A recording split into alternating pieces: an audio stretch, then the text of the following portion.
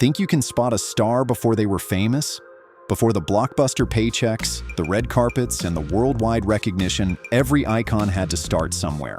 We're rolling back the tape, way back, to the very first TV and film roles of Hollywood's biggest names. These aren't just bit parts, they're fascinating glimpses into history, often hiding in plain sight. This is your ultimate test of cinematic knowledge. For each star, we'll show you a clip from their earliest work.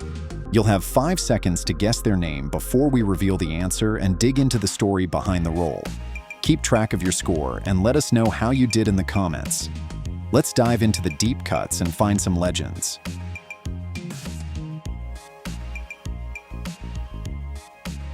That's John Travolta, just 18 years old when he popped up on TV in an early episode of the hit series Emergency in 1972. While he wasn't singing or dancing, he was already displaying that signature charisma. This was a critical year for him, marking one of his first professional gigs outside of the stage, long before he put on the white suit for Saturday Night Fever or became a T-Bird in Grease. It's a fun piece of trivia. He was still a teenager here, laying the groundwork for a movie career that would explode just a few years later. Today, in 2025, Travolta is 71 and still working.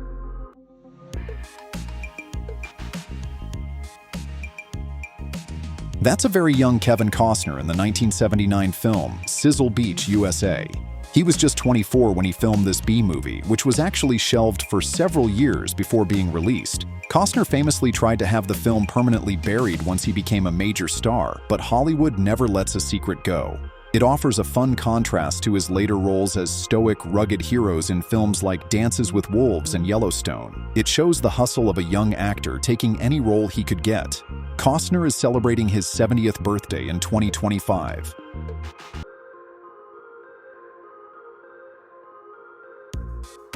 That's Harrison Ford as a bellhop in the 1966 crime drama Dead Heat on a Merry-Go-Round. He was only 24 and completely uncredited, a far cry from the name above the title he'd become. Ford's early career was a struggle. He was often cast in tiny roles or let go from projects entirely. In fact, he became a professional carpenter for years to support his family, only to be cast as Han Solo later on, a role he initially took just to help George Lucas read lines for the auditions. From a quick one-liner as a bellhop to wielding the whip as Indiana Jones, Ford's journey is truly incredible. He'll be turning 83 in 2025.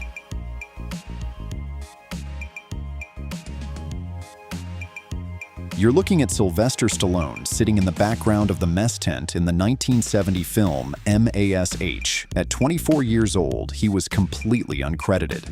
This was before the fame, before the Oscar nominations for Rocky, and before he became known for writing and starring in his own films. Stallone was so desperate for work at the time that he took any opportunity he could get, including roles that had no lines and no official mention in the credits. He was simply one of the many young actors filling out the frame in director Robert Altman's anti-war comedy.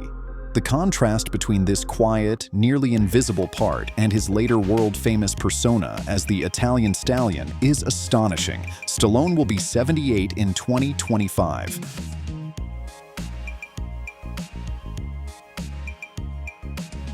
That's a young Fran Drescher, just 19, making her very first screen appearance as a dancer. Her most memorable line? She delivers the classic, "So, are you as good in bed as you are on the dance floor?" to John Travolta's Tony Manero. It was a brief but unforgettable debut that hinted at the brash comedic energy she would later bring to her signature role as Fran Fine on The Nanny.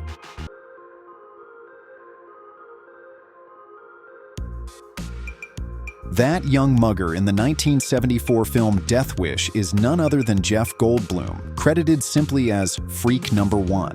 He was just 21 and played one of the violent attackers whose actions set the entire bloody revenge plot in motion.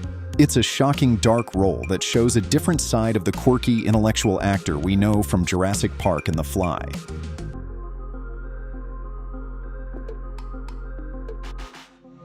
That's Sean Penn, making his first TV appearance in a 1974 episode of Little House on the Prairie. He was just 14 years old at the time. This wasn't a starring role. He's seen briefly as an uncredited student in a crowd scene. However, this early exposure makes sense when you realize his father, Leo Penn, was a director who worked on the series. It was a true family affair that gave the future Oscar winner his first taste of being on set. It's hard to imagine the intense, politically charged actor from films like Mystic River and Milk as a kid on the prairie, but everyone has to start somewhere. Today, in 2025, Penn is 64.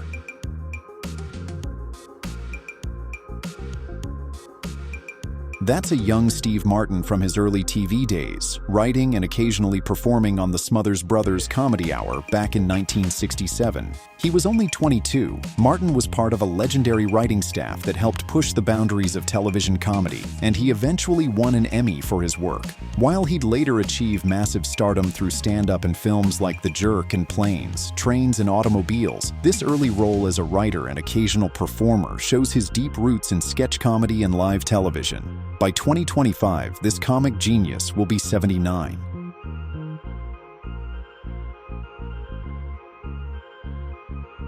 A young Meryl Streep had her film debut with a small role in the 1977 movie Julia, starring Jane Fonda and Vanessa Redgrave. She was 28, just beginning her film career after establishing herself on the stage. Her talent was evident immediately, as her very next two films, The Deer Hunter and Kramer vs. Kramer. Kramer would earn her first 2 Academy Award nominations. While her appearance in Julia is brief, it marks the exact point where a screen legend was born. Today she's 75 and still a force in cinema.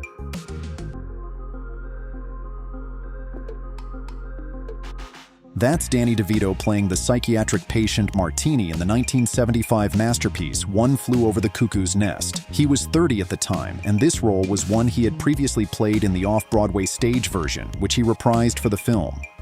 The movie was a massive critical success, winning 5 major Academy Awards, and it gave DeVito one of his first high-profile screen credits.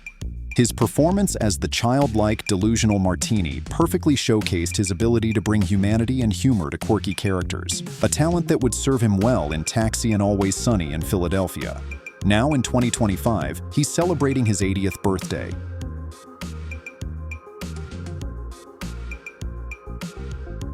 You're looking at Christopher Walken in the 1969 experimental film Me and My Brother. He was about 26 and played a character credited as the director. The film is famously avant-garde, and in a quirk of independent filmmaking, his brief speaking part was dubbed over by the film's actual director, Robert Frank, so we don't even hear that signature voice. It's a very obscure start for a man who would become one of Hollywood's most imitated and celebrated character actors. In 2025, he's 81.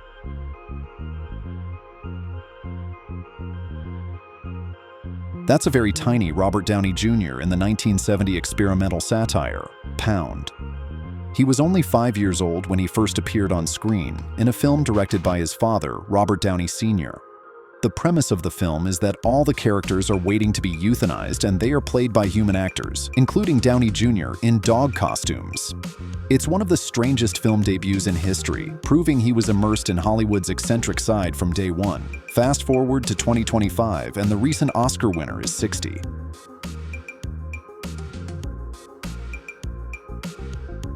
That's Kevin Bacon as Chip Diller, a Delta fraternity pledge, in the 1978 comedy masterpiece, Animal House. He was just 19 and had a small but memorable part as the clean-cut kid forced to endure the fraternity's absurdities. It's an iconic scene with Bacon's character getting paddled, a far cry from the dancing star of Footloose. This role technically links him to the famous game 6 Degrees of Kevin Bacon, as it was his first big screen credit. Now he's 66 and still going strong.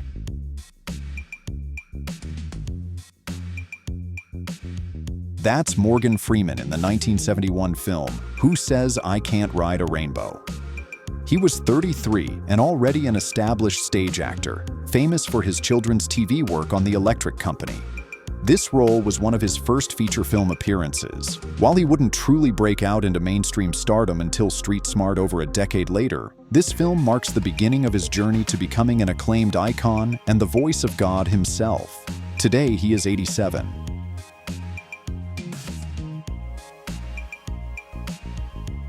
You're seeing a young Michael Douglas in the 1969 film Hail, Hero.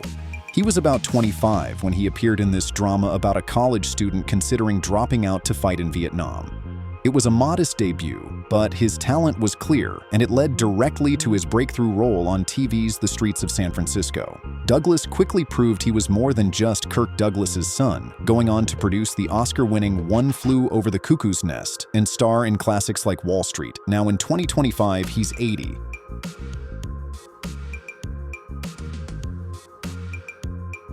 You're looking at Richard Gere in the 1975 film Report to the Commissioner. He was about 25, making his very first film role appearance. This was 5 years before he became a sex symbol in American Gigolo. In this early role, he played a detective, showcasing a raw, dramatic intensity that was a far cry from the romantic leads he'd later be known for in films like Pretty Woman. Now, in 2025, he's 75.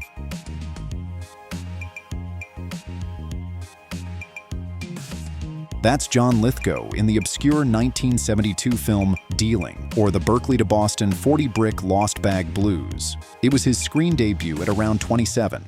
After an extensive and celebrated stage career, this low-budget film was his first foray into cinema.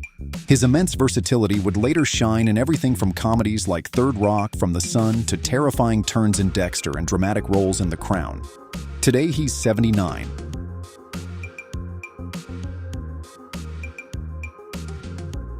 That's James Woods in the 1971 TV movie All the Way Home. He was about 24 at the time of his first appearance on screen, which was an adaptation of the James Agee novel, A Death in the Family. Woods famously dropped out of MIT to pursue acting, landing early-stage roles before transitioning to TV and film. This drama gave him an early chance to display the intensity and intelligence that would define his later work in movies like Once Upon a Time in America. Now in 2025, he's 77.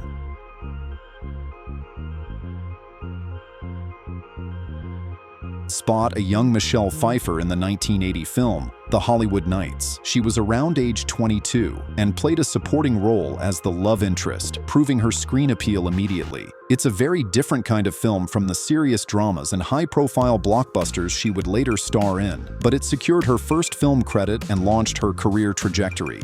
Now she's 66 in 2025.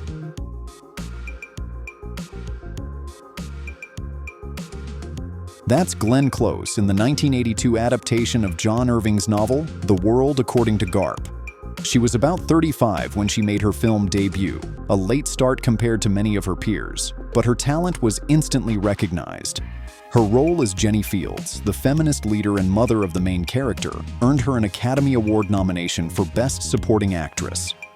It was an incredible entrance that immediately cemented her as a powerhouse of dramatic acting. In 2025, she's 77.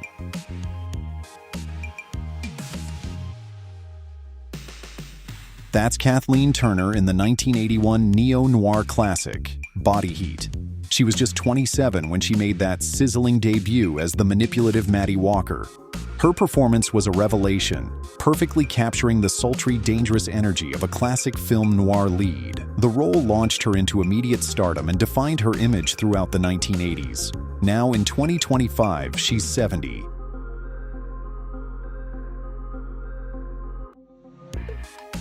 You're seeing Jessica Lange in the 1976 remake of King Kong, where she stepped onto the screen at 27 as the damsel Dwan. The film itself was critically panned, but Lange's performance was noted, and the high-profile role immediately made her famous. She quickly proved she was far more than a scream queen, going on to become one of the few actors in history to win an Oscar in both the supporting and lead categories. Today, she's 75.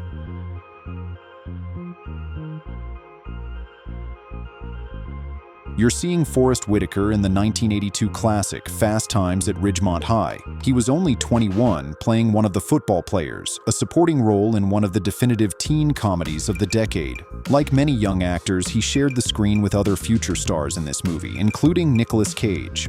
It wasn't long until he broke out with intense dramatic roles in films like Platoon and Bird, which cemented his reputation as a serious actor. Today, he's 63.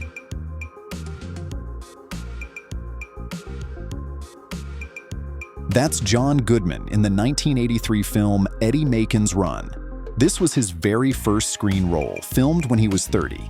Goodman had been working on the stage and in commercials before finally landing this small part in the gritty thriller starring Kirk Douglas.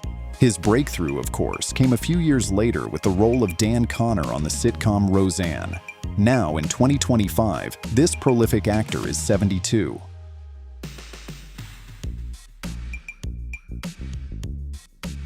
Here's Gary Oldman in the 1982 British film Remembrance.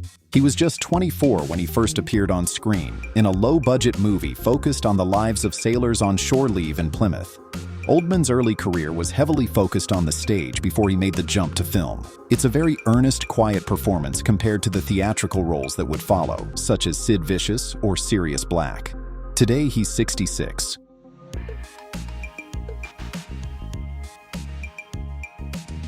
And here's James Spader in the 1981 film Endless Love. He was only 21 when he stepped into this film, which also marked a very early appearance for Tom Cruise. Spader played the brother of Brooke Shields' character. His performance hints at the distinctively odd, captivating persona he would develop in later films like Pretty in Pink and on TV's The Blacklist.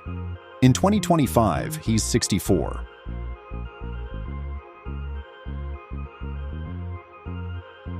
That's Kurt Russell in the 1963 film It Happened at the World's Fair. He was a child actor at just 12, making an uncredited cameo where he literally kicks Elvis Presley in the shin. That's one of the most memorable uncredited parts ever. A fun piece of Disney history, as Russell was later a prominent young star for the studio.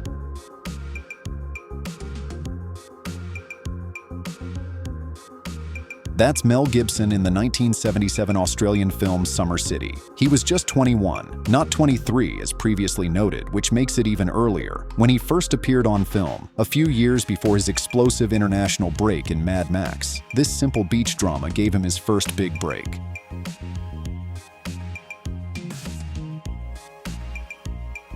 Spot a young Susan Sarandon in the 1970 film Joe, where she starred as a troubled runaway. She was 23 at the time, and the film was a significant counterculture hit. Her raw, naturalistic performance immediately showed the star quality that would lead to her iconic career.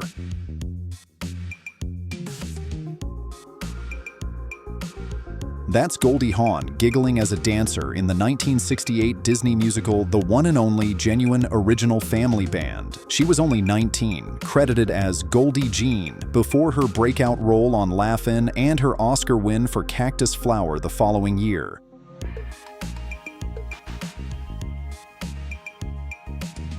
That's a young Brad Pitt as an uncredited extra, a waiter in the 1987 film No Man's Land. He was around 23. Pitt famously almost lost the role because he tried to give himself a speaking line to get his SAG card, proving his determination even in a tiny part.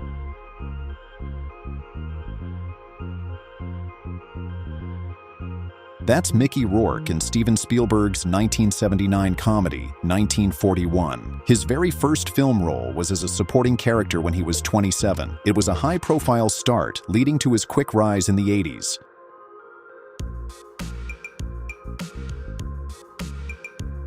You're seeing Robert Duvall portraying the reclusive Boo Radley in the 1962 classic To Kill a Mockingbird. He was 31 at the time and made his screen debut without a single line of dialogue, yet his performance was one of the most memorable in the film.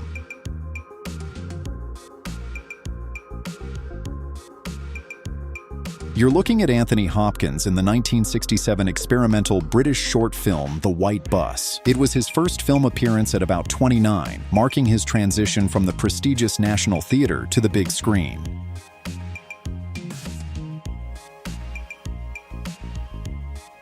Here's Patrick Stewart in the 1974 British TV movie Hedda. His screen debut at roughly 35 followed an extensive, award-winning career in the Royal Shakespeare Company, preparing him for the gravitas he'd later bring to Captain Picard and Professor X.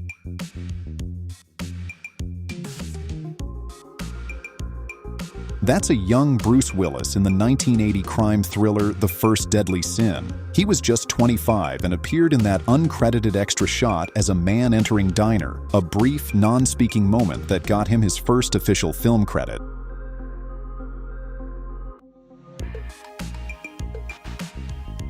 That's Jane Fonda in the 1960 romantic comedy Tall Story. Just 23 during her first film role as a cheerleader, she was Hollywood royalty, being the daughter of Henry Fonda, but quickly carved out her own path as a major star and activist.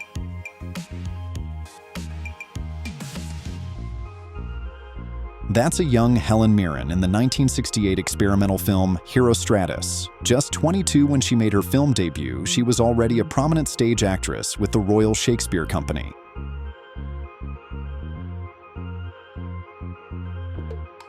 You can spot Christopher Lloyd in the 1975 film One Flew Over the Cuckoo's Nest, where he played psychiatric patient Max Tabor at 36. Like DeVito, he was reprising his stage role.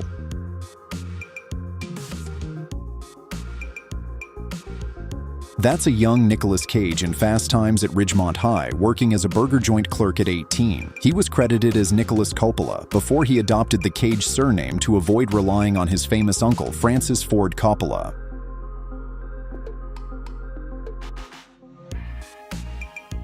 That's Joe Pesci as a child performer on the kids' TV show Startime Kids. He was only 10, years before he was discovered by Robert De Niro and Martin Scorsese and became an Oscar winner for Goodfellas.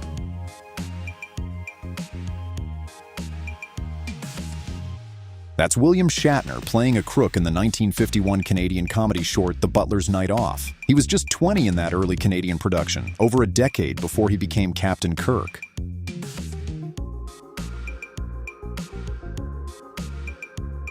Here's Julie Newmar as Dorcas in the 1954 musical 7 Brides for 7 Brothers. She was 21, stepping into that first credited role, showcasing her dancing and star presence that would later make her famous as Catwoman.